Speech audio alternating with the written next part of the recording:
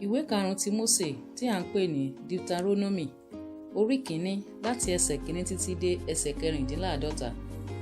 Wọ̀nyí lé ọ̀rọ̀ tí Mósè sọ fún gbogbo Ísírẹ́lì ní ìhà ìhín Jọ́dánì lé aginjù, ní pẹ̀tẹ́lẹ̀ tí ó kọjú sí Òkun Pupa, lé agbede méjì Páránì àti Tófélì, àti Lábánì àti Hásérótù àti Dísáhábù. Ijọ́ 11 ni láti Hórébù wá lé ọ̀nà òkè Séírì dé Kádéṣì Báníà. Ó sì ṣe nígbà tí ó di 40 ọdún ní oṣù 11 ní ọjọ́ kìíní oṣù náà ni Mósè sọ fún àwọn ọmọ Ísírẹ́lì gẹ́gẹ́ bí gbogbo èyí tí Olúwa ti fún un lé àṣẹ fún wọn. Lẹ́yìn ìgbà tí ó pa Síhónì tán, ọba àwọn ọmọ Ámórì tí ó ń gbé Hesbónì àti Ògbú ọba Báṣánì tí ó ń gbé Aṣtárótù ní Édrei ní ìhà ìhín Jọ́dánì ní ilẹ̀ Móábù, òun ni Mósè bẹ̀rẹ̀ sí sọ àsọyé òfin yìí wípé Olúwa Ọlọ́run wá sọ fún wa ní Hórébù wípé ẹ gbé orí òkè yìí pẹ́ tó, ẹ yí padà kí ẹ̀yin sì mú ọ̀nà yín pọ̀n, kí ẹ sì lọ sí òkè àwọn ọmọ Ámórì àti sí gbogbo agbègbè rẹ̀, ní pẹ̀tẹ́lẹ̀ lí orí òkè àti lí àfonífojì àti ní ìhà gúúsù àti létí òkun sí ilẹ̀ àwọn ará Kénáánì àti sí Lébánónì dé odò ńlá ní odò Éfúrátè. Wò ó, mo ti fi ilẹ̀ náà síwájú yín, ẹ wọ́ lọ kí ẹ sì gba ilẹ̀ náà tí Olúwa búra fún àwọn bàbá yín, fún Ábúráhámù, fún Ísákì àti fún Jákọ́bù, láti fi fún wọn àti fún irú ọmọ wọn lẹ́yìn wọn. Mo sì sọ fún yín ní ìgbà náà pé èmi nìkan kò lè ru ẹrù yín. Olúwa Ọlọ́run yín ti mú yín bí sí i, sì kíyèsí ní òní ẹ̀yin dàbí ìràwọ̀ ojú ọ̀run fún ọ̀pọ̀. Kí Olúwa Ọlọ́run àwọn bàbá yín kí ó fi kún iye yín ní ìgbà ẹgbẹ̀rún, kí ó sì bù sí fún yín bí ó ti ṣe ìlérí fún yín. Èmi ò ti ṣe lè nìkan ru ìnira yín àti ẹrù yín àti ìjà yín. Ẹ mú àwọn ọkùnrin ọlọ́gbọ́n wá àti amòye àti ẹni tí a mọ̀ nínú àwọn ẹ̀yà yín, èmi ò sì fi wọ́n jẹ olórí yín. Ẹ̀yin sì dá mi lé ohùn, ẹ sì wí pé ohun tí ìwọ sọ ni ó dára láti ṣe. Bẹ́ẹ̀ ni mo mú olórí àwọn ẹ̀yà yín, àwọn ọlọ́gbọ́n ọkùnrin, ẹni tí a mọ̀, mo sì fi wọ́n jẹ olórí yín, olórí ẹgbẹgbẹ̀rún àti olórí ọrọ̀rún àti olórí àràádọ́ta àti olórí mẹ́wàá àti àwọn olórí gẹ́gẹ́ bí àwọn ẹ̀yà yín. Mo sì fi àṣẹ lélẹ̀ fún àwọn onídàájọ́ yín nígbà náà pé ẹ máa gbọ́ ẹjọ́ láàrin àwọn arákùnrin yín, kí ẹ sì máa ṣe ìdájọ́ òdodo láàrin olúkúlùkù àti arákùnrin rẹ̀ àti àlejò tí ń bẹ lọ́dọ̀ rẹ̀. Ẹ kò gbọdọ̀ ṣojúṣàájú ní ìdájọ́. Ẹ gbọ́ ti èwe gẹ́gẹ́ bí ti àgbà. Ẹ kò gbọdọ̀ bẹ̀rù ojú ènìyàn, nítorí pé ti Ọlọ́run ni ìdájọ́. Ọ̀ràn tí ó bá sì ṣòro fún yín, ẹ mú tọ̀ mí wá, èmi ò sì gbọ́. Èmi sì fi àṣẹ ohun gbogbo tí ẹ̀yin ò máa ṣe lélẹ̀ fún yín ní ìgbà náà. Nígbà tí àwa sì kúrò ní Hórébù, àwa rin gbogbo aginjù ńlá nì tí ó ní ẹrù já, tí ẹ̀yin rí lí ọ̀nà òkè àwọn ọmọ Ámórì, bí Olúwa Ọlọ́run wa ti fún wa lé àṣẹ. Àwa sì wá sí Kádéṣì Báníà.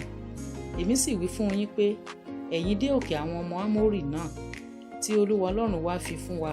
Wò ó, Olúwa Ọlọ́run rẹ ti fi ilẹ̀ náà síwájú rẹ, gòkè lọ kí o sì gbà á, bí Olúwa Ọlọ́run àwọn bàbá rẹ ti wí fún ọ. Má ṣe bẹ̀rù, bẹ́ẹ̀ ni kí àyà má ṣe fò ọ́. Gbogbo yín sì tọ̀ mí wá, ẹ sì wí pé jẹ́ kí àwa kí ó rán ènìyàn lọ síwájú wa, kí wọn kí ó sì rin ilẹ̀ náà wò fún wa, kí wọn kí ó sì mú ìyípadà tọ̀ wá wá ní ti ọ̀nà tí a ó bá gòkè lọ àti ti ìlú tí a ó yọ sí. Ọ̀rọ̀ náà sì dára lójú mi, mo sì yan ọkùnrin 12 nínú yín, ẹnìkan nínú ẹ̀yà kan. Wọ́n sì yí padà, wọ́n sì lọ sórí òkè, wọ́n sì wá sí àfonífojì Ẹ́sọ́pù, wọ́n sì rin ilẹ̀ náà wò, wọ́n sì mú nínú èso ilẹ̀ náà lé ọwọ́ wọn, wọ́n sì mú sọ̀kalẹ̀ wá fún wa, wọ́n sì mú ìyípadà wá fún wa.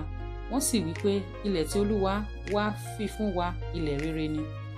Ṣùgbọ́n ẹ̀yin kò fẹ́ gòkè lọ, ẹ̀yin sì ṣọ̀tẹ̀ sí àṣẹ Olúwa Ọlọ́run yín.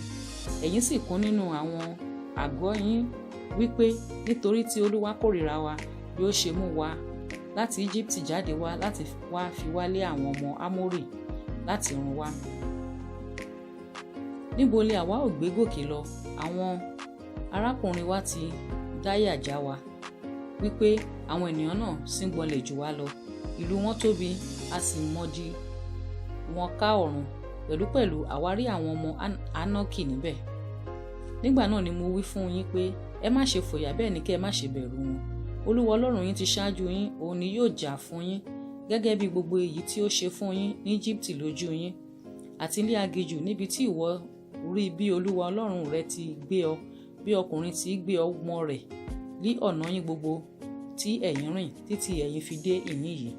Síbẹ̀ nínú nǹkan yìí ẹ̀yin kò gba Olúwa Ọlọ́run yín gbọ́, tí ń lọ lí ọ̀nà ṣáájú yín láti wá ibi fún yín tí ẹ̀yin ò pàgọ́ sí nínú iná ní òru, láti fi ọ̀nà tí ẹ̀yin ò gbà hàn yín àti nínú àwọsánmọ̀ ní ọ̀sán. Olúwa sì gbọ́ ohùn ọ̀rọ̀ yín, ó sì bínú, ó sì búra wípé nítòótọ́ ọ̀kan nínú àwọn ọmọkùnrin wọ̀nyí ti ìran búburú yìí kì yóò rí ilẹ̀ rere náà tí mo ti búra láti fi fún àwọn baba yín, bí kò ṣe Kálébù ọmọ Jefune, ó ní yóò rí i, ó ń lí èmi ò fi ilẹ̀ náà tí yóò tẹ̀ mọ́lẹ̀ fún àti fún àwọn ọmọ rẹ̀, nítorí tí ó tẹ̀lé Olúwa lẹ́yìn pátápátá. Olúwa sì bínú sí mi pẹ̀lú nítorí yín wípé ìwọ pẹ̀lú kì yóò dé ibẹ̀. Joshua ọmọ Núnì tí máa ń dúró níwájú rẹ̀, òun ni yóò dé ibẹ̀. Gbà á ní ìyànjú, nítorí pé òun ni yóò mú Ísírẹ́lì ní. Àti àwọn ọmọ wẹ́wẹ́ yín tí ẹ̀yin wípé wọn ò di ìjẹ, àti àwọn ọmọ yín tí wọn kò mọ rere tàbí búburú lónìí yìí, àwọn ni ó dé ibẹ̀. Àwọn ni èmi yóò sì fi fún, àwọn ni yóò sì ní. Ṣùgbọ́n bí ó ṣe ti yín ni, ẹ padà, ẹ mú ọ̀nà yín pọ̀n lọ sí aginjù ní ọ̀nà Òkun Pupa. Nígbà náà ni ẹ dáhùn, ẹ sì wí fún mi pé àwa ti ṣẹ̀ sí Olúwa, àwa ò gòkè lọ, a ó sì jà gẹ́gẹ́ bí gbogbo èyí tí Olúwa Ọlọ́run wa pa láṣẹ fún wa.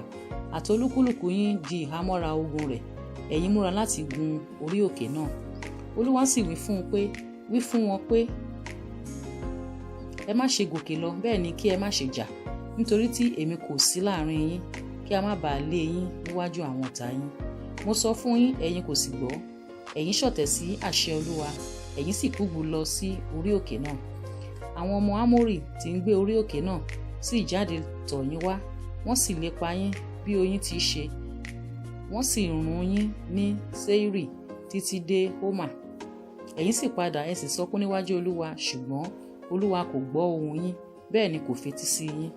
Ẹ̀yin sì jókòó ní Kadeṣi lé ọjọ́ púpọ̀, gẹ́gẹ́ bí ọjọ́ tí ẹ̀yin jókòó níbẹ̀.